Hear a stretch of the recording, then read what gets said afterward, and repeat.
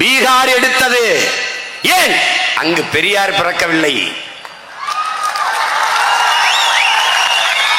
தெலுங்கானாவில் எடுக்கிறார்கள். யார்? இவர்கள் கூட்டணி வைத்திருக்கிற காங்கிரஸ் கட்சி எடுக்கிறது. ஏன்? அங்கு பெரியாரும் இல்லை, திராவிடம் இல்லை, அதனால் எடுக்கிறார்கள். இவங்க எவ்வளவு எவ்வளவு அயோக்கிய ஃப்ராடுகள் இவங்க. அவர் இல்லைன்னா நீ எல்லாம் ஐபிஎஸ் ஆயிருப்பி, ஐஏஎஸ் ஆயிருப்பி. ஏதோ ஐஏஎஸ் ஐபிஎஸ் அகாடமி வச்சு படிக்க வச்ச மாதிரி ஐயா பெரிய ராமசாமி அவர்கள் தான் படிக்க வச்ச மாதிரி. ஏன்னா எல்லாரையும் ஐஏஎஸ் ஐபிஎஸ் படிக்க வச்ச அந்த ஆளையும் படிக்கலையப்பா, அவரே படிக்கலையே. உலகத்திலேயே ஆக சிறந்த கல்வியாளன் உலகத்திலேயே. ஆனால் அம்பேத்கர் அவரை படிக்க வச்சது பெரியாரா? பெரியாருக்கு முன்பு பல ஆண்டுகளுக்கு முன்பு பட்டம் படித்தவன் எங்கள் தாத்தா ரட்டமலை சீனிவாசன், அவரை படிக்க வைத்தது பெரியாரா? இந்திய நிலமெங்கும் இந்த துணைக்கண்ட முழுமைக்கும் இடஒதுக்கீடு பங்கீடு இருக்குது. இந்திய துணைக்கண்ட முழுமைக்கும் எல்லா மொழிவழி தேசிய இனங்களிலும் ஐஏஎஸ் ஐபிஎஸ், பெண்களுக்கான உரிமைகள், சமூக நீதி எல்லா மாநிலத்திலும் நிலைநாட்டப்பட்டிருக்கு. இதுக்கு காரணம் உங்கள் ஐயா ஈவேரா ராமசாமி அவர்கள் தானா? ஏண்டா புழுகிறதுக்கு ஒரு அளவு இல்லையாடா? ஏதோ என் தாத்தன் பாட்டனை ஏமாத்திட்டா, எங்க அப்பன் பெரியப்பனை ஏமாத்திட்டா, முன்னாடி நிக்கிறவன் யாருன்னு பாரு, அவனுக்கு பின்னாடி நிக்கிறவன் யாருன்னு பாரு. அத கவனத்தில் வச்சுட்டு பேசணும். எங்களுக்கு முன்னாடி ஒரு ஆள் அறிவு ஆசான், தமிழ் தேசிய அரசியலின் தந்தை என் தகப்பன் மணியரசன். அந்த ஒற்றை என்னை விடியா, நான் சின்ன பையனை தள்ளிவிடு, அந்த ஒற்றை மனிதனை நீ மொத்த கூட்டத்தையும் சேர்த்து வைத்து தர்க்கத்தில் வென்று காட்டுறான்.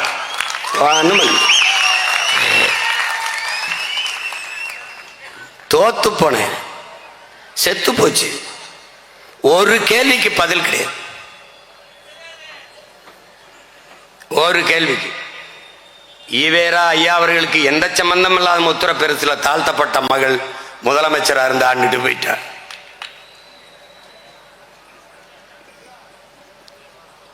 சும்மா இதெல்லாம் படிக்க வச்சது. நீ எல்லாத்தையும் சமூக நீதி இடஒதுக்கீடெல்லாம் பெற்று கொடுத்திருந்தால் நாங்க ஏண்டா இவ்வளவு காலம் கழிச்சு பஞ்சமி நிலத்தை மீட்டுத்தான் சாதி வாரி கணக்கெடுப்படு ஏன்னா இருந்து கத்தி முச்சந்தில இருந்து கத்திக்கிட்டு இருக்கணும். அது யார்கிட்ட இருந்து? எவன் நமக்கு சமூக நீதியை பெற்றுக் கொடுத்தான் என்று சொல்கிறார்களோ, எவன் வகுப்பு வாரி பிரதிநிதித்துவத்தை பெற்றுக் கொடுத்தான், நம்மை எல்லாம் படிக்க வைத்தான், எல்லா உரிமையும் பெற்றுக் கொடுத்தான் என்று சொல்கிறார்களோ அவர்களிடத்திலேயே எங்களுக்கு சாதிவாரி கணக்கெடுப்பெடுத்து கொடுன்னு ஒரு அடிப்படை உரிமையை கேட்டு நிற்கிற அவல நிலையில் நிற்கிற. இதை விட கொடுமை ஏதாவது இருக்க? ஒன்றை நீ தெளிவுபடுத்திக்கொள், இவர்கள் எடுக்க மாட்டார்கள், சாட்டி விடுவார்கள். பீகார்ல பாட்னா நீதிமன்றத்தில் அது போட்டுச்சுன்னா, அது காரணம் தடை போட்டுச்சுன்னா, அவன் 65 விழுக்காடு 50 விழுக்காடு எடுக்கணுங்கிற இடத்துல 65 விழுக்காடு நிதிஷ்குமார் எடுத்துட்டாரு. அது கொடுக்கும் போது அது கொடுக்க முடியாதுன்னு, ஏன்னா அதுக்கு பிறகு ஒரு சட்டத்தை உச்ச நீதிமன்றம் கொண்டு வருது. அதுக்கப்புறம் சட்ட போராட்டத்தை தனியா பண்ணு. அதுக்கும் தமிழ்நாட்டுக்கு எந்த சம்பந்தம் இல்லை. ஏன்னா அந்த 69 விழுக்காடு மண்டல் கமிஷன் இங்கே பேசிய என்னுடைய தம்பி திருமாறன் கூட குறிப்பிட்டார். இந்த ஒடுக்கப்பட்ட பிற்படுத்தப்பட்ட மக்களுக்கு கிடைக்கப்பட்ட 69 விழுக்காடு மண்டல் என்கிற ஒருத்தர் உடைய தலைமையிலே ஒரு குழு அமைக்கப்பட்டதுக்கு காரணம், இந்த நிலத்திலே பெருமையோடு ஒவ்வொரு தமிழ் மகனும் சொல்ல வேண்டும், நன்றியோடு அந்த மகனை நினைவில் கூற வேண்டும். அது நம்முடைய பெரிய தகப்பன் ஆனமுத்து என்பதை அறிவார்ந்த தமிழ் சமூக மக்கள் மறக்க கூடாது. எவனும் சொந்தம் கொண்டாட முடியாது. ஒரே மகன், ஒரே மகன். ஒவ்வொரு மாநிலமாக சென்ற அந்த மாநில தலைவர்களை சந்திச்சு பேசி பல ஆண்டுகள் அங்கேயே தங்கி தங்கி தங்கி ஒடுக்கப்பட்ட பிற்படுத்தப்பட்ட தாழ்த்தி வீழ்த்தப்பட்ட மக்களினுடைய தலைவர் பெருமக்களை சந்தித்து, குடியரசுத் தலைவர் பல அரசியல் கட்சி தலைவர்களை சந்திச்சு பேசி, அது ஐயா விபி சிங் வரும்போது அது சட்ட வரைவுக்கு வருது. அப்போது முதலமைச்சராக இருந்த அம்மையார் ஜெயலலிதா அவர்கள் 69 விழுக்காடு ஒரு சட்ட வரைவை ஏற்படுத்தி, சட்டத்தை நிறுவி ஒரு ஆவணப்படுத்தி, அதுக்கு சட்ட பாதுகாப்பை தமிழ்நாட்டில் ஏற்படுத்தி வைத்திருக்கிறார். தமிழ்நாட்டிற்கும் அங்கே பீகாரில் வந்த தீர்ப்புக்கும் சம்பந்தம் கிடையாது. நீ எடுக்கலாம். உச்ச நீதிமன்றமே சொல்கிறது சாதிவாரி கணக்கெடுப்பை மாநில அரசுகளை எடுத்துக்கொள்ளலாம் என்று. அதையும் மீறி இவர்கள் எடுக்க மாட்டார்கள். இந்திய ஒன்றிய அரசு தான் எடுக்க வேண்டும் என்று சொல்வார்கள். இந்த சாதிவாரி கணக்கெடுப்பிற்கும் சமூக பிரதிநிதித்துவத்திற்கும் நேர் எதிர்கொள்கை கொண்டது பாரதிய ஜனதா காங்கிரஸ். இப்போது அருமை சகோதரர் ராகுல் காந்தி சாதிவாரி கணக்கெடுப்பு எடுக்க வேண்டும், சாதிவாரி கணக்கெடுப்பு எடுக்க வேண்டும். ஏனென்றால் காங்கிரஸ் கட்சி முந்தா நாள் தான் தொடங்கப்பட்டிருக்கிறது. இப்போதுதான் அது தேர்தலில் நிக்க வந்திருக்கிறது. என் நாடும் மக்களும் இவ்வளவு நாசமா போய் பட்டினி பசியா குட்டேச்சவரா கிடக்க காரணம் உன்னுடைய தாத்தனுக்கு தாத்தன், உன்னுடைய பாட்டி, உன்னுடைய அப்பன், உன்னுடைய அம்மா. இப்ப நீங்க புதுசா வந்த மாதிரி பேசுவாங்க. திடீர்னு தூக்கத்துல இருந்து எழுப்பி விட்டவன அது ஒரு காலம். இந்த வஞ்சித்தி ஏமாத்தி வீழ்த்துகிற காலம் முடிந்து விட்டது. என்னரும் சொந்தங்களே, என் உயிரினுமினிய உடன் பிறந்தார்களே, ஈழ தாயகத்தில் நம் இனத்தின் விடுதலைக்கு போராடிய புரட்சி செய்த நம் உயிர் தலைவன் பிரபாகரன் அவர்கள் உலகெங்கிலும் 13 கோடி தமிழ் தேசிய மக்கள் பரவி வாழ்ந்த போதிலும் தமிழீழ மண்ணில் தான் தமிழ் தேசியர்களின் ஆன்மா விழிப்படைந்திருக்கிறது என்றார். நாங்கள் அடிமையாக இருக்கிறோம், அந்த உரிமையை பெற போராடி ஆக வேண்டும் என்கிற அந்த ஆன்ம விழிப்பு தமிழீழ மண்ணில் தான் நிகழ்ந்திருக்கிறது என்றார். இன்றைக்கு அவன் பிள்ளை சீமான் உங்கள் உடன் பிறந்தான் சொல்கிறேன். தமிழ் தேசிய நிலத்தில், தமிழர் தாய் நிலத்தில், தமிழ் தேசிய மக்களிடத்தில் தமிழ் தேசிய பிள்ளைகளின் ஆன்மா வெளிப்புற்று எழுந்து நிற்கிறது. எவரும் எதிர் நிற்க முடியாது. இவனுக்கு தமிழ் தேசிய அரசியல் மட்டுமல்ல, உலக அரசியல் உள்ளங்கையில் இருக்கிறது என்பதை புரிந்து கொண்டு எதிரிகளும் துரோகிகளும் எங்களோடு மோத வேண்டும். சும்மா அப்படி பேசக்கூடாது. உனக்கு என்ன தெரியும், எனக்கு என்ன தெரியும், கணக்கு என்ன தெரியும். நீ எடுக்க மாட்ட. நாங்க இங்க நிக்கிறது என்ன, எல்லாரும் இந்த வர்றோம், வெல்றோம், எடுக்கிறோம்.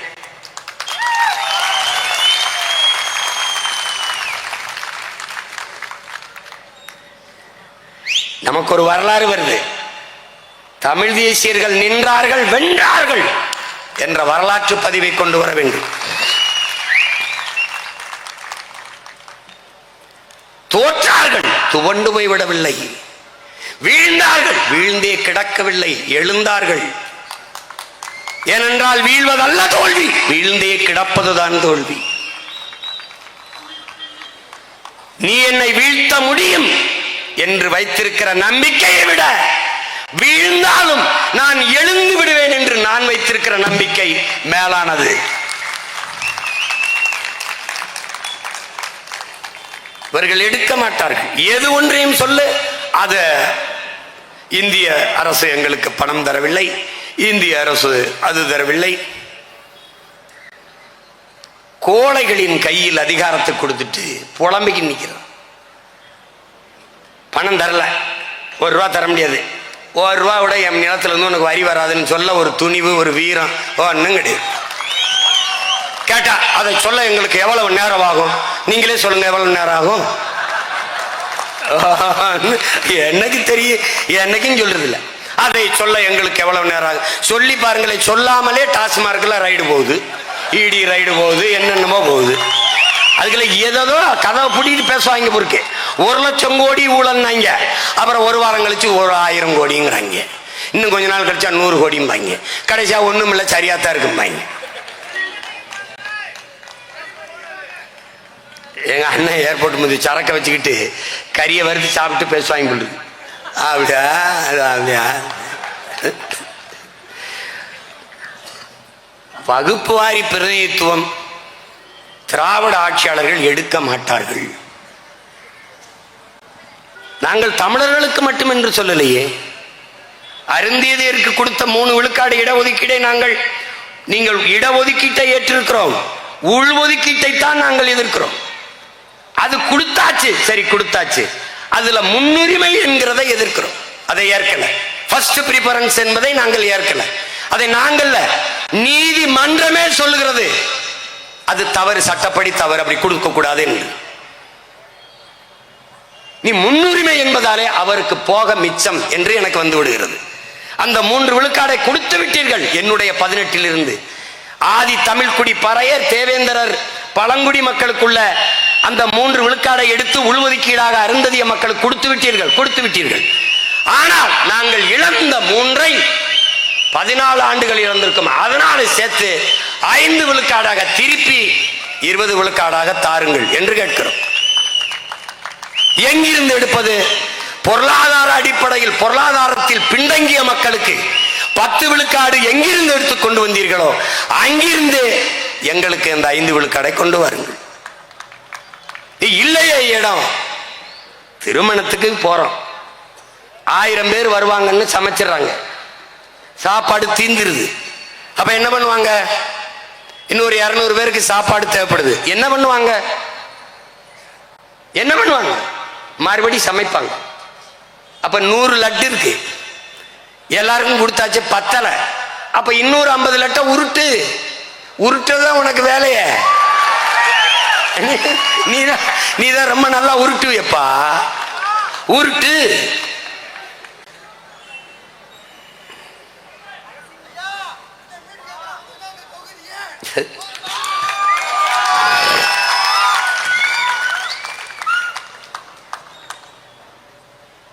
அதை நாங்கள் கேட்கிறது சலுகை பிச்சை எல்லாம் இல்லை. என் அன்பு சொந்தங்களே, என் இனத்தின் உரிமை, என் பிறப்பு உரிமை நான் கேட்கிறேன்.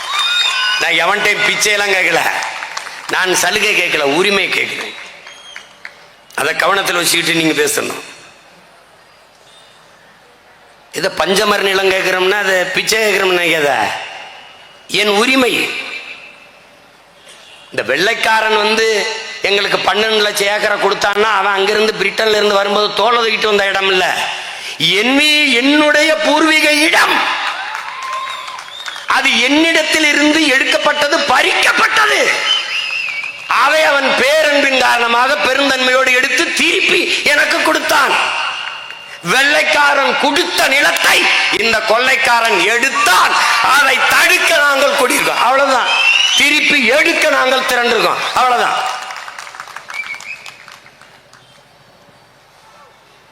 இத்தனை சாதி இருக்கும்போது பறையர் குடிகளின் மீது மட்டும் ஏன் இவ்வளவு அக்கறை? ஏன் இவ்வளவு அக்கறை? என என் அன்பு சொந்தங்களே, அவன்தான் எண்ணிக்கையில் பெரும் எண்ணிக்கையில் இருக்கிற நம் இன சொந்தங்களில் பெரும் எண்ணிக்கையில் இருக்கிற கூட்டம். நேரடியாக நிலத்தில் உழைப்பில் ஈடுபடுகிற கூட்டம், வேளாண் தொழிலில் தன் ஆற்றலை ஈடுபடுத்துகிற கூட்டம். அவன் நிலமற்றவர்களாக இருக்கிறதால் வீழ்த்தப்பட்டிருக்கிறான். அவனை உயர்த்தும் போதுதான் சமூகம் உயர்வு. நல்லா கவனிச்சுக்கணும். தாள கிடப்பாரை தற்காத்து நிற்பதுதான் தர்மம் என்கிறார் நம்முடைய பாட்டனார் புரட்சியாளர் வைகுந்தர் அவர்கள். அவர் கற்பித்த தர்மத்தை கற்ற நாம் தாழ்ந்து வீழ்ந்து கிடக்கிற நம் இன சொந்தங்களை தற்காத்து தூக்கி நிறுத்த வேண்டியது ஒவ்வொரு தமிழனின் பிறவி கடமை என்பதை புரிஞ்சுக்கணும். இது ஓட்டுக்காக நிற்கிறவன் வேலை அல்ல. நாம பிறந்த தமிழர் என்கிற பெருமை மிக்க நாட்டுக்காக நிற்கிற ஒவ்வொரு பிள்ளையினின் பிறவி கடமை. உலகத்திலேயே உயர்ந்த மனிதன் எவன்? கீழே விழுந்து கிடக்கிறவனை தூக்கி விடுவதற்கு எவன் குனிகிறானோ அவன்தான் உலகத்திலே உயர்ந்த மனிதன்.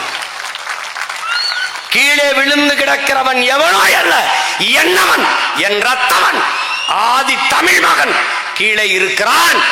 அவனை தூக்கி நிமிர்த்த வேண்டியது ஒவ்வொரு தமிழ் மகனின் பிறவி கடமை, வரலாற்று பெரும் பணி என்பதை என்னரும் தம்பி தங்கிகள் புரிந்து கொள்ள வேண்டும்.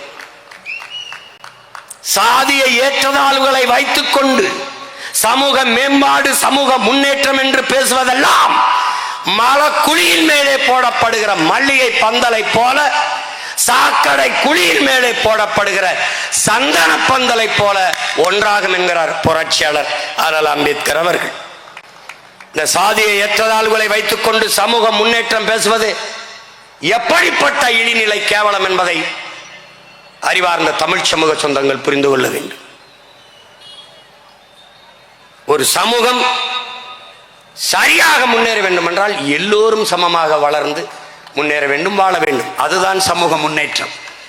தாழ்ந்தவன் தாழ்ந்தே போவான், உயர்ந்தவன் உயர்ந்தே போவான் என்றால் அது வல்ல வளர்ச்சி, அது வல்ல நாட்டின் முன்னேற்றம், சமூக முன்னேற்றம், தேசத்தின் முன்னேற்றம். இங்கே இருக்கிற பொருளாதார கட்டமைப்பு, பொருளாதார வளர்ச்சி என்பது நகர்ப்புற வளர்ச்சியை கவனம் செய்வார்கள். ஸ்மார்ட் சிட்டி, ஸ்மார்ட் வில்லேஜ் கிடையாது. பொருளாதார மேம்பாடு, பொருளாதார வளர்ச்சி என்பது சிற்றூர்களின் கிராம பொருளாதார வளர்ச்சியை மேம்படுத்தாது ஒரு நாட்டின் பொருளாதாரத்தை சமவகிதத்தில் வளர்த்து வார்த்து எடுக்க முடியாது. அப்படி ஒரு இன குடிகளில் வீழ்த்தப்பட்டு தாழ்த்தப்பட்டு கிடக்கிற குறிப்பாக ஆதி தமிழ் குடிகளை உயர்த்தாது மேம்படுத்தாது தமிழ் சமூக முன்னேற்றம், மேம்பாடு, விடுதலை என்பது வெறும் வெற்று வார்த்தையாக முடியும். என் உடன் பிறந்தார்களே, இதை உங்கள் உள்ளச்சுவற்றிலே எழுதி வைக்க வேண்டும். அப்போது என்ன வேண்டியது இருக்கிறது? ஒரு எழுச்சி, ஒரு தேசிய இன எழுச்சி. எது இழி சொல்? எங்க அண்ணன் மூர்த்தி சொன்னார் பாருங்க, எதை வைத்து உன்னை இழிவுபடுத்த, அவமானப்படுத்த, தாழ்த்தி வீழ்த்த நினைக்கிறானோ அதையே எழுச்சியாக மாட்டணும். பண்ணியா? ஆமா பண்ண. பெண்ண ஆமையா பண்ண. இப்ப என்ன பண்ணலாங்கிற? அவ்வளவுதானே. இதுக்கு யாரு முன்னோடி? நம் தாத்தா ரெட்டமலை சீனிவாசன்.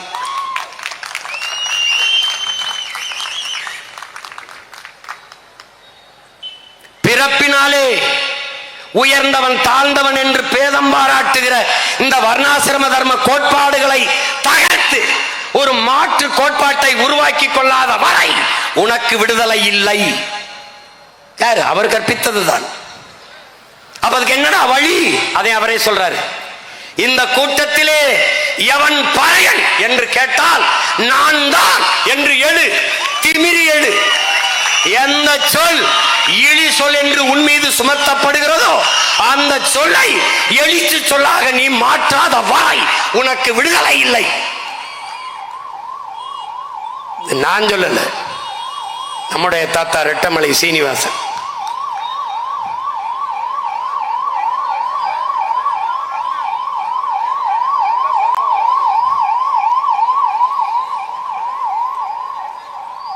எதற்கு வருது? இந்த பஞ்சமர் நிலம் என்பது எப்படி? வெள்ளைக்காரர்கள், ஆங்கிலேயர்கள் நம் தமிழர் நிலத்தை ஆள வரும்போது, ஆண்டு கொண்டிருக்கும் போது, அன்னைக்கு இருக்கிற இந்த பொருளாதார ஏற்றத்தாழ்வை பார்க்குறான். எப்படி பார்க்குறான் பாருங்க. சமூகம் சமநிலையில் இல்லை. நல்லா கவனிச்சுக்கணும் தம்பி தங்கிகள். எப்படி வருது பாருங்க. அப்போ நில உடைமையாளர்கள், நிலச்சுவார்ந்தார்கள், மிராசுதாரர்கள் இருக்கிறார்கள். அவர்கள்ட்ட கூலிகளாக, படிகளாக, படியாட்களாக ஆதி தமிழ் குடிகள், நம்முடைய தமிழ் குடிகள். ஆதி திராவிடர் என்று சொல்லக்கூடாது.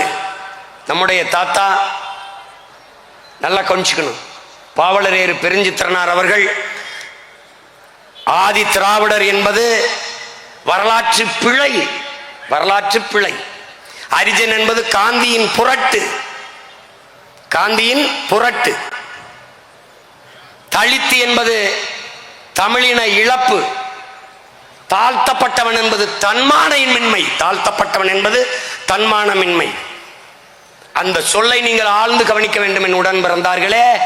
தாழ்த்தப்பட்டவன் என்ற சொல்லுதானே ஒழிய தாழ்ந்தவன் என்ற சொல் இல்லை. தாழ்த்தப்பட்டவன் யாரோ ஒருவனால் இவன் தாழ்த்தப்பட்டிருக்கிறான். ஆனால் தாழ்த்தப்பட்டவன் தாழ்ந்தவன் அல்ல. அப்போ என்னை தாழ்த்தியவன் எவன்? அதுதான் நம்ம எழுப்புற கேள்வி. இங்க ஆதி திராவிடன் இருக்கிற வரை, திராவிட மாடல் ஆட்சி இருக்கிற வரை ஆதி திராவிடன் தாழ்த்தப்பட்டுத்தான் இருப்பான். ஒரு தமிழன் அரசு அமையும் போது ஆதி தமிழன் அனைத்து உரிமையும் பெற்று நிமிர்வான். அப்ப என்ன இது? செங்கல்பட்டு, தஞ்சாவூர், திருநெல்வேலி போன்ற வளம் கொளிக்கிற செழிப்பான நீர்வளமிக்க நிலப்பரப்புகளில் எல்லாம் பெரும் பெரும் நிலச்சுவார்ந்தார்கள் இருக்கிறார்கள். சிலர் அவர்களுடைய நிலத்தில் அவர்களை பயிரிட்டு வேளாண்மை செய்கிறார்கள். ஆனால் பெரும்பாலும் அந்த நிலத்தில் வேலை செய்கிற ஆட்களாக ஆதி தமிழ் குடிகள் பறையர்களை பயன்படுத்துகிறார்கள். மனித அடமானம் பெறுகிறார்கள். மனிதனை அடிமையாக வைத்து வேலை வாங்குகிறார்கள். அப்படி காட்சிப்படுத்தி பார்க்கணும், எப்படி இருக்கும்னு பாரு. 1844 இந்த அடிமை நிலையை மாற்றுவதற்கு பிரிட்டிஷ்கார சட்டம் கொண்டு வந்துவிட்ட பிறகும் இந்த நிலை மாறல. ஏனென்றால் நம் மக்களினுடைய உளவியல் நிலை மாறல. சட்டப்படி இப்படி அடிமையா வச்சு வேலை வாங்க கூடாது. ஆனால் இவர்கள் என்ன செய்கிறார்கள்? விரும்பி, சுதந்திரமாக நாங்கள் விரும்பி முடிவெடுத்து இந்த வேலைக்கு செல்கிறோம் என்று கையெழுத்திட்டு வேலைக்கு போயிடுறாங்க. ஏன்னா வறுமைக்கு காரணம் நிலமின்மை, பொருளாதாரமின்மைக்கு காரணம் நிலமின்மை. அப்ப வேளாண்மை சார்ந்த தொழில்களில் அதிகமாக ஈடுபடுத்தப்பட்ட மக்கள் ஆதி தமிழ் மக்கள், பறையர்கள். இத பாக்குறான் யாரு? பெருமகன் சேமன் ஹரே பாக்குறது. இது ஏடா இந்த கொடுமையா இருக்கேன்னு பாக்குறது. அந்த மக்கள் உணவில்லை, சத்துள்ள உணவில்லை, இருக்க வீடுகள் இல்லை, குடிசை இல்லை, நல்ல உடை இல்லை, தொடர்ந்து உழைச்சு சுகாதாரமற்ற நிலங்களில் சூழலில் வாழ்ந்ததுனால தொழுநோய் போன்ற தொற்று நோய்கள் அதிகம். அவர்கள் வாழ்கிற பகுதியெல்லாம் கள்ளு சாராய மது கடைகள் அதிகமாக தொடங்கப்படுகிறது. எல்லாமே அங்கே அவர்கள் எல்லாம் இருக்குது. அவர்கள் சார்ந்திருக்கிற மதம் அவர்களை சமமாகவே நிறுத்தவில்லை. வழிபாட்டு உரிமையோ பொருளாதார வலிமையோ அவர்களுக்கு ஏற்பட வாய்ப்பில்லாமல் எல்லாம் செஞ்சு தாழ்த்தி வீழ்த்தி நசுக்கி வைத்திருக்கிற சூழலில் அந்த மக்களை பார்க்கிறான். எப்படி அடிமை? நல்லா கவனிச்சுக்க. 28 ரூபாய் 4 அண்ணாவுக்கு ஒருத்தர் அடமானம் போகிறார். 28 ரூபா, 10 ரூபா, 15 ரூபாய்க்கு கடன். அது எதுக்காக? அவருடைய திருமணத்திற்கு அல்லது பிள்ளைகளின் திருமணத்திற்கு அல்லது உடன் பிறந்தார்களின் திருமணத்திற்கு கடனை பெற்றிருந்தால் அவர் அடிமையாக மனித அடமானம், அவரே அடமான பொருளாக, எப்படி தோடு, தொங்கட்டான், கொலுசு, மூக்குத்தி, அண்டா, இந்த பாத்திரங்களை அடமானம் வைப்பது போல அவரே அடமானமாக அந்த நிலம் உரிமையாளருக்கு, நிலச்சுவாந்தாருக்கு, அந்த பண்ணையாருக்கு போயிடுறார். இப்ப அவர் வாங்கின கடனை 10 ரூபாய், 15 ரூபாய் அல்லது 28 ரூபாய் 4 இந்த கடனை கட்டுவதற்கு காலம் பூரா அவர் உழைக்கிறார். அவர் மனைவியும் உழைக்கிறார். அதுக்கு கூலியாக படி தானியம் தான், ஒரு படி தானியம் கொடுக்குறான். ஒருவேளை உடம்பு முடியல வரலைன்னா அதுக்கு மாற்றா மகனை அனுப்பணும், இல்ல வீர சொந்தத்தில் யாராவது ஒருத்தர் அந்த உழைப்புக்கு அனுப்பணும். அப்படி அதனால விளைச்சல்ல வேலையில் ஏதாவது பாதிப்பு ஏற்பட்டா அதுக்கு இழப்பு கொடுக்கணும், அது வட்டியா மாறும், அதுக்கு கூடுதலாக உழைக்கணும். அப்படி இல்லைன்னா நீங்க ஒப்பந்த மீறல், உடன்பாட்டு மீறல் என்று அதுக்கு தண்டனை. இதெல்லாம் நீ படிச்சு பார்த்தீங்கன்னு வச்சுக்க, கொலவெறி வந்துடும் உனக்கு. எப்ப நடந்திருக்கு? 100 ஆண்டுக்கு முன்னாடி தான். 1891 வரைக்கும் இது நடந்திருக்குது. இது என்னடா வழின்னு பாக்குறாரு.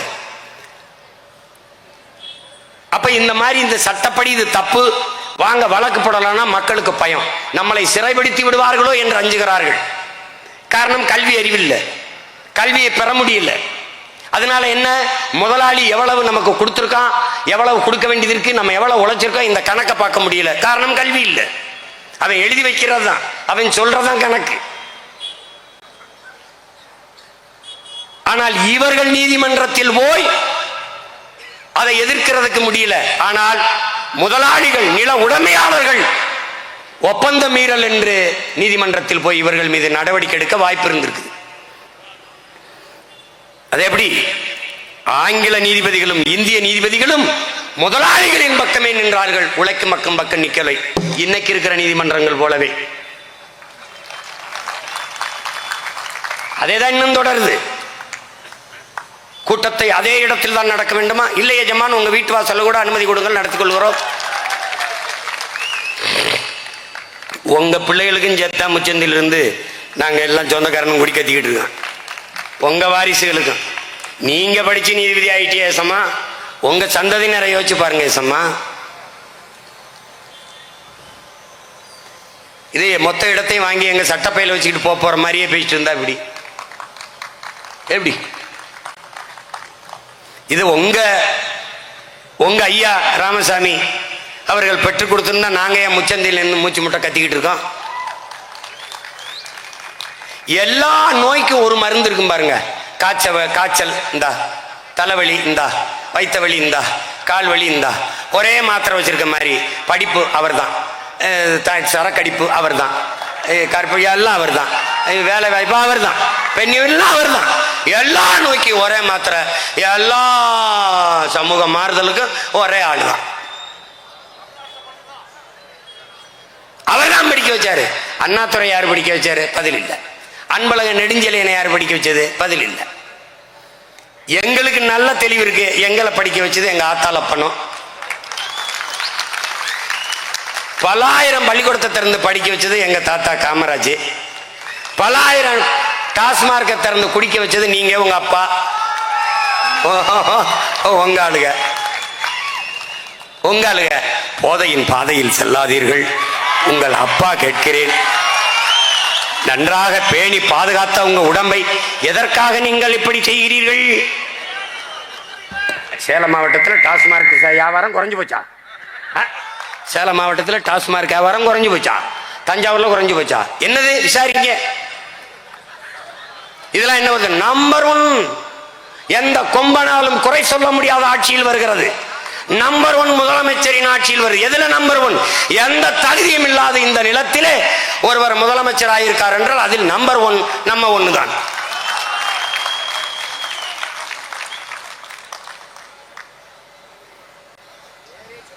ஒரு வீரனை எதிர்க்க அருவாக்கம்ப தூக்கிட்டு வருவாங்கன்னா அவதூற தூக்கிட்டு வர்றாங்க. வயிற்றுக்காரப்பு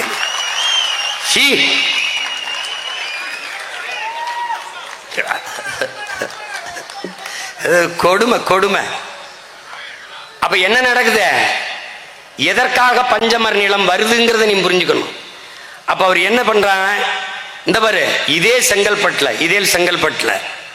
1800 இங்க ஒரு சட்டம் இருக்குது. இந்த ஒப்பந்த மீறல் சட்டம் 1859 கொண்டு வரான். அந்த சட்டப்படி 1889 என்ன பண்றான்னு பாத்தீங்கன்னா, இதே செங்கல்பட்டுல ஒரு குற்றமும் செய்யாதவர்களை உடன்பாட்டு மீறல், ஒப்பந்த மீறல் 9000 பேரை தண்டிச்சிடறான். அந்த தண்டிக்கப்பட்ட மக்கள் வாழ்ந்த நிலத்தில் இருந்துதான் அவர்கள் இழந்த உரிமை உள்ள நிலத்தை நாம் கேட்டு போராடி கொண்டிருக்கிறோம். இப்ப 9000 மக்கள் தண்டிக்கப்பட்டிருக்காங்க.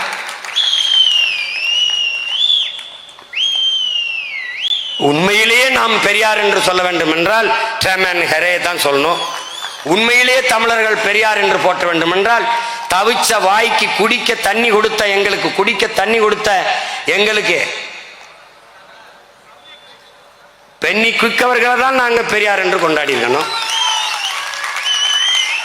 சொந்த சொத்தை வித்துட்டு வந்து அணையை கட்டி கொடுத்தான். இவன் சொந்த சொத்தை பாதுகாக்க ஒரு துணையை கட்டி விட்டு போயிட்டாப்ல. எங்க அண்ணன் ஏர்போர்ட் மூர்த்திக்கிட்ட வந்து இந்த விவரங்களை எல்லாம் படிச்சு காட்ட போறோம். மறுபடியும் ஒண்ணுல இருந்து ஆரம்பிக்க போறீங்களா? ஐயோ மறுபடியும் பிரச்சனையா அப்படின்றாப்ல. சரி, அதனால விடுறேன் கர்மத்து. ஏன்னா இதுல என்னென்ன இருக்குன்னா, எவ்வளவு சொத்தை ஆட்டையை போட்டிருக்காங்கிற பட்டியல் இருக்கு. 12 லட்சம் ஏக்கர்ல. அது அப்புறம் வாரேன். இப்ப இதுக்கு வந்துடுறேன், முடிச்சுக்கிறேன். இப்ப இந்த நிலையில்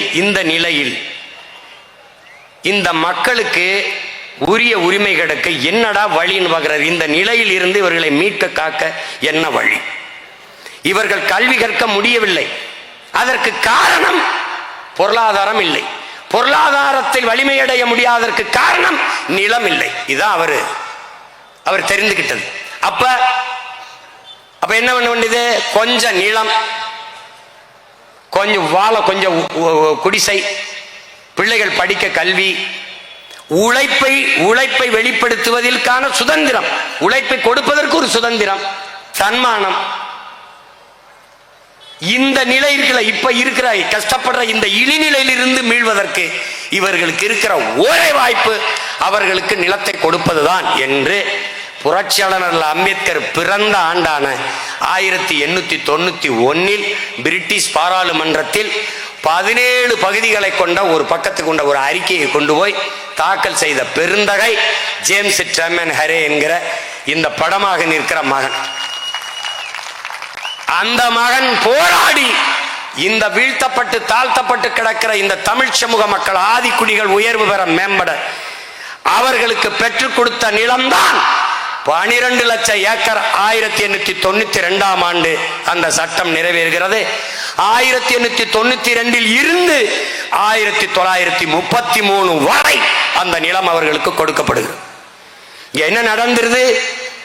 எந்த நிலத்திலே என் மக்கள் கூலிகளாக இருந்து உழைத்தார்களோ அதே நில உடைமையாளர்கள்ட்ட அது போயிருது. அப்போது பண்ணை முதலாளி, நமக்கு ரொம்ப நாள் வேலை கொடுத்த முதலாளிக்கு விசுவாசமா கொடுக்கிற 10-50 வாங்கிட்டு கையெழுத்து போட்டு கொடுத்தாங்க. இதில் என்ன சட்டம் என்றால், அறிவார்ந்த பெருமக்கள் கவனிச்சுக்கணும், நானா ஏதோ வாய்க்கணக்கா சொல்லிக்கிட்டு இருக்கேன்னு நினைக்கக்கூடாது. இந்த நிலம் 10 ஆண்டுகளுக்கு ஆதி தமிழ் குடிகள்கிட்ட தான் இருக்கும். அதை விற்க முடியாது. 10 ஆண்டுகள் கழித்து விற்கவோ தானம் செய்யவோ முடியும். ஆனாலும் தாழ்த்தப்பட்ட ஆதி தமிழ் குடிகளுக்கு தான் விற்க முடியும், வேற சமூகத்துக்கு விற்க முடியாது. விற்க கூடாது, சட்டப்படி குற்றம். ஆனால் இந்த நிலம் மொத்தத்தையும் எடுத்துக்கொண்டவன் ஆதி தமிழ் குடிகள் தவிர மற்ற குடிகள் தான். தலை வெடிச்சிடும். பச்சை பாஸ் கல்லூரிக்கு முன்னாடி 25 ஏக்கர் ஆட்டை போட்டிருக்கான். அரசு நிலம், பல மடங்கள், பல கோபுரங்கள், பல குடியிருப்புகள் எல்லாம். முன்னாடி நிற்கிற மகனை பார்த்துக்க. எங்க அண்ணன் ஏர்போர்ட் முறிச்சு சொன்னார், அவர் பேசினார், இவர் பேசினார், அவர் போவார், இவர் போவார். இவர் எங்கேயும் போக மாட்டார். வந்தார்னு வச்சுக்க, அது கோபுரமானாலும் சரி, கோட்டையானாலும் சரி, தரமட்டமாக்கி நிலத்தை எடுத்து,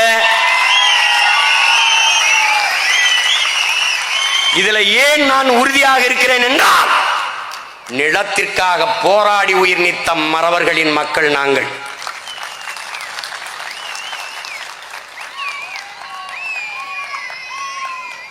என் அன்பான மக்களே, உங்கள் தாய் நிலத்தை பேரன்பு கொண்டு காதலியுங்கள். உங்களை பெற்ற தாயோ 10 மாதம்தான் உங்களை வயிற்றில் சுமக்கிறார். ஆனால் உங்கள் பூமி தாய், உங்கள் நிலமோ உங்கள் வாழ்நாளின் இறுதி நொடி வரை உங்களை சுமக்கிறார். நீங்கள் இறந்த பிறகு நீங்கள் அன்னையின் மடியில் இருந்து அடுத்த அடி எடுத்து வைத்தது அவள் மடியில் தான். இறந்த பிறகு புதைந்தோ எரிந்தோ சாம்பலாவதும் அவள் நெஞ்சில் தான். ஆகையினாலே என் அன்பு மக்களே, நீங்கள் பேரன்பு கொண்டு உங்கள் தாய் மண்ணை காதலியுங்கள். ஏன்? நிலத்தை இழந்தால் பலத்தை இழப்பீர்கள், பலத்தை இழந்தால் இனத்தை இழப்பீர்கள். சான்று, ஈழத்தாயகத்தில் நிலத்தை இழந்தோம், பலத்தை இழந்தோம், இனத்தை இழந்தோம். இந்த நிலை ஆதி தமிழ் குடிகளுக்கு வந்தது என்று எண்ணி நிகழாதே, எண்ணி இருக்காதே. இது உன்னிடம், இது உன் உரிமை. இந்த உடலிலே எல்லா பாகங்களும் உறுதியாக இருக்கலாம்.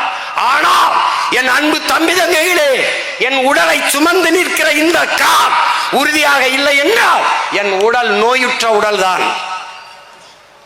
ஆதி தமிழ் குடிகள் எழுச்சியுற்று சுதந்திரம் பெற்று விடுதலை பெற்று எழாமல் நீ விடுதலை பெற முடியாது, உரிமை பெற முடியாது.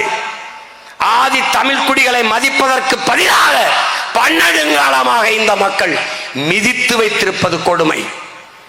இந்திய அரசியலமைப்பு சட்டம் 42 இடம், 2 இடம் பழங்குடிகளுக்கு என்று ஒதுக்கி தரவில்லை என்றால் உங்கள் மனச்சான்றை தொட்டு பதில் சொல்லுங்கள். இந்த இந்திய கட்சிகள், திராவிட கட்சிகள், 1 இடம் ஆதிப்பறையருக்கு, தேவேந்திரருக்கு, பழங்குடி மக்கள் ஈரலர் குறவருக்கு ஏதாவது கொடுத்திருக்குமா என்று நீங்கள் சொல்லுங்கள். தந்திருக்கிறது. நாம் எல்லோரும் திறந்த மனதோடு வாதிப்போம். உடன் பிறந்தார்களே, எல்லோருக்கும் இந்த மண்ணிலே இடம் இருக்கிறது. மலையாளிகளுக்கு, கன்னடர்களுக்கு, தெலுங்கர்களுக்கு, குஜராத்திக்கு, சிங்குகளுக்கு, மார்வாடிகளுக்கு கூட இடம் இருக்கிறது.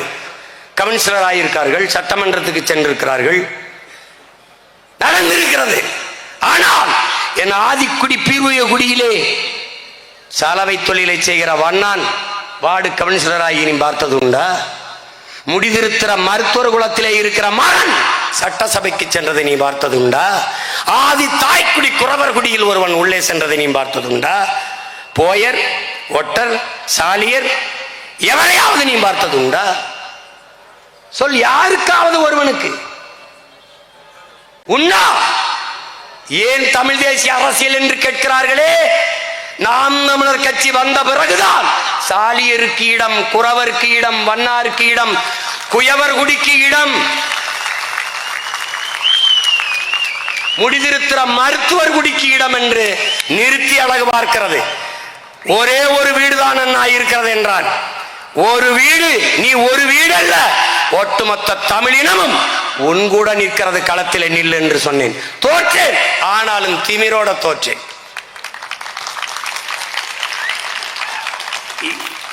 2016 முதலாக சட்டசபை தேர்தலை எதிர்கொள்கிற போது 22 இடங்கள் ஆதி தமிழ் குடிகள், உழைக்கும் மக்கள், ஒடுக்கப்பட்ட தமிழ் சமூகம், தேவேந்திரருக்கும் பறையருக்கும் சேர்த்து 22 தொகுதி பொது தொகுதியை கொடுத்த கட்சி நாம் தமிழர் கட்சி.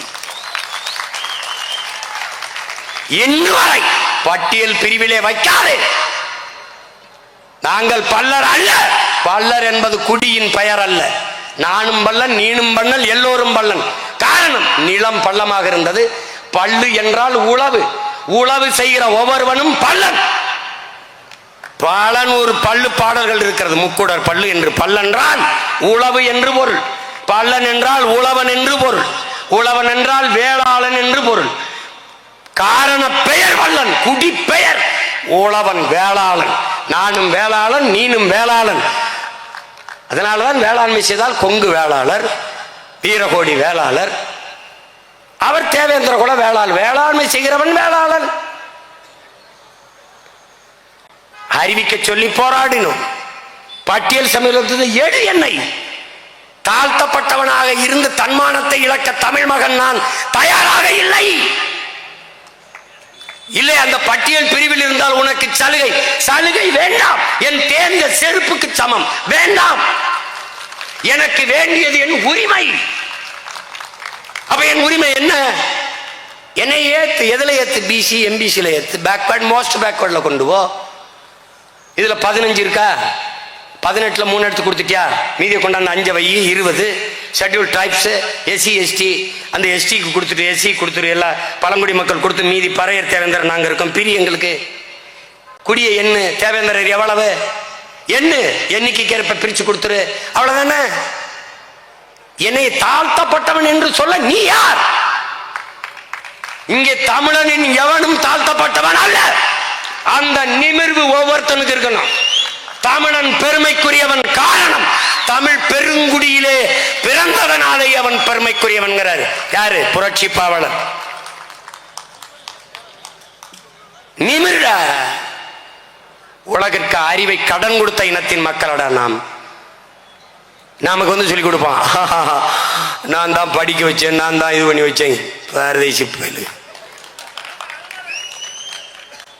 அது அப்புறம் கதை, அது தனி தனி, அது வேற சப்ஜெக்ட். இப்ப இதுக்கு வருவோம்.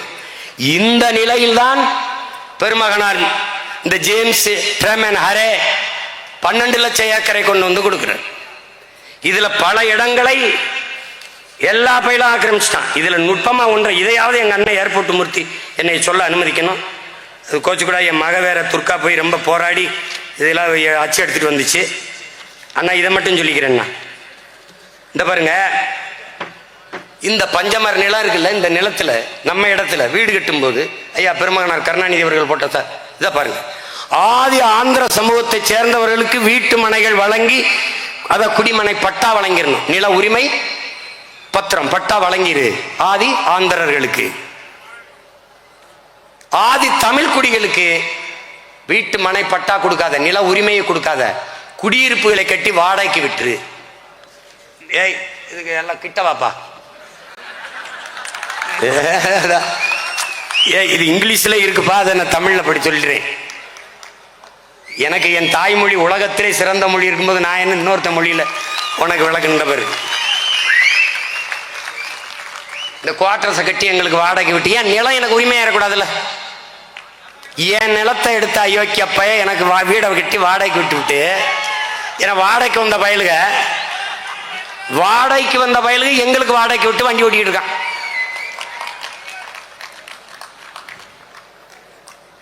அப்பவும் சொல்றேன், இப்பவும் சொல்றேன், வரலாற்றிலே இப்போதான் நீ முதல் முறையா ஒரு எதிரியை பாக்குற. நீ விட்டு போயிடும் மட்டும் நினைக்காத. நீ இந்த நிலத்தை எப்பாடுபட்டாவது மீட்போம், இதற்காகவாவது அரும்பாடுபட்டு நாங்கள் அதிகாரத்தை பிடிப்போம். இங்க சேர்ந்திருக்கிறவன்லாம் சும்மா என்ன இந்த சாதி கட்சி சின்ன கட்சின்னு நினைக்காத. ஒவ்வொருவனும் பெரும் படை தளபதிகள், போர்படை தளபதிகள். அவர்கள் என்னோடு நிற்கவில்லை, என் உடன் பிறந்தார்கள் என்னோடு நிற்கவில்லை, என் அப்பன் மணிவரசன் என்னோடு நிற்கவில்லை. நாங்கள் கொண்டிருக்கிற உயர்ந்த லட்சியத்தோடு நிற்கிறார்கள், நோக்கத்தோடு நிற்கிறார்கள். எங்கள் இலக்குக்காக இணைந்தவர்கள், இனமாக இணைந்தவர்கள், இனத்தின் மானத்திற்காக இணைந்தவர்கள். எதற்கு அஞ்ச போறதில்லை. எங்க அண்ணன் ஏர்போர்ட் மூர்த்தி கேட்டாரு, இந்த பார் ஒண்ணு சொல்றேன், கூட்டத்திற்கு காசு கொடுத்தால் தான் கூட்டம் வரும். இந்த கட்சியின் தலைவர்களுக்கு எந்த தலைவனையும் பார்க்க மக்கள் தானாக வீதிக்கு வருவதில்லை, யாவனையும் பார்க்க வராது. உங்கள் உடன் பிறந்தவன் உங்கள் மகன் சீமானை பார்க்க வருவார்கள்.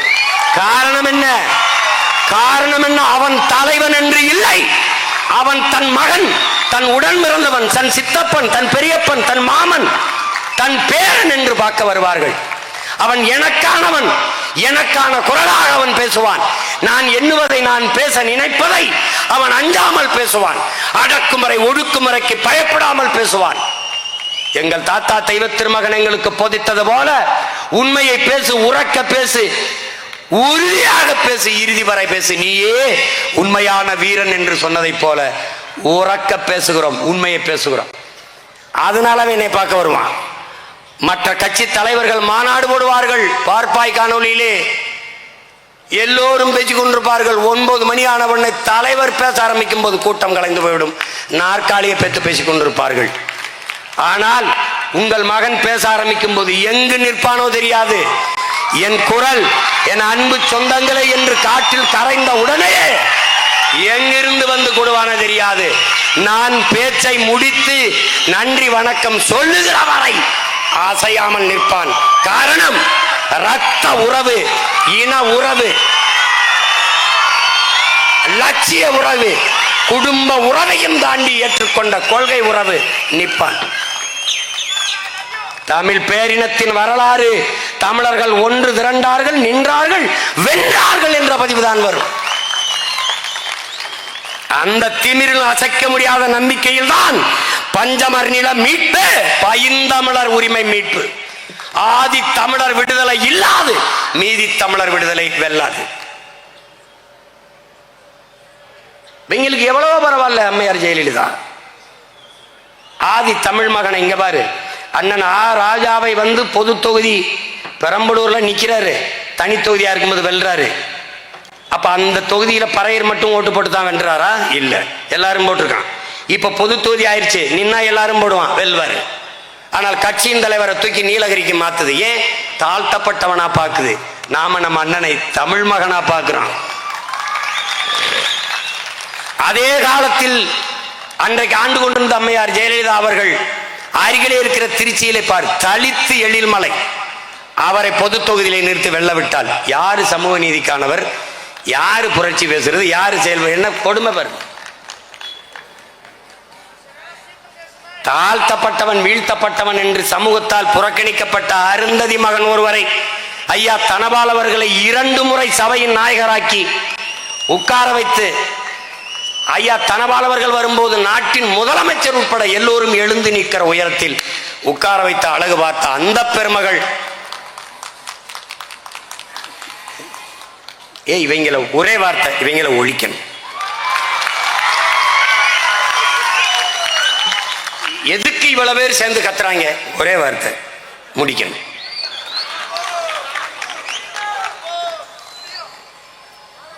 ஸ்டாலின் தான் வராரு, விடியல் வர போறாரு, இதுதான் மக்களோட முடிவு.